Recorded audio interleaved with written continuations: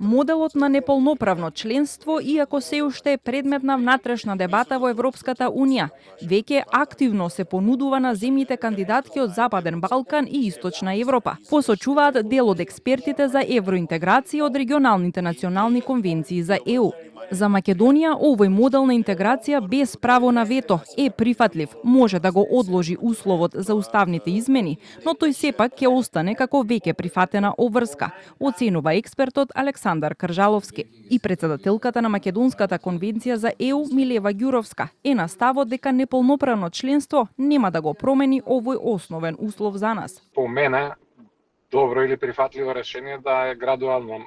Ја сепак преферирам да е полноправно членство, да се знае дека сме сите внатре, иако да има се рестриктирани права и со комесари за одлучување и слично, бидејќи така е и за други работи, например Бугарија и Романија не беа во Шенген со самиот пристап, тоа си е посебен процес, така да не е нешто страшно да градуално ги добиеме сите привилегии на членството, меѓутоа битно е да сме внатре. Во оваа фаза на неотворени преговори, од нас Европската Унија бара да исполниме еден од најбитните услови што треба да го исполниме.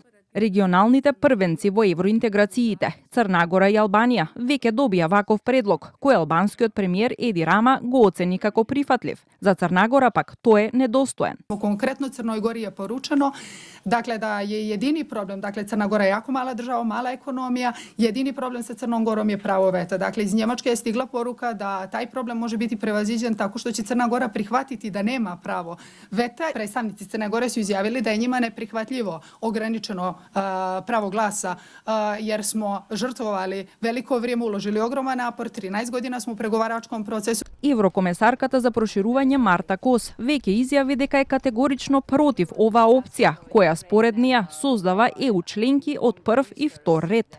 Од самитот на лидерите во Тирана минатата недела, таа посочи дека целта е земјите од регионот да станат полноправни членки, со како што потенцираше целосни права.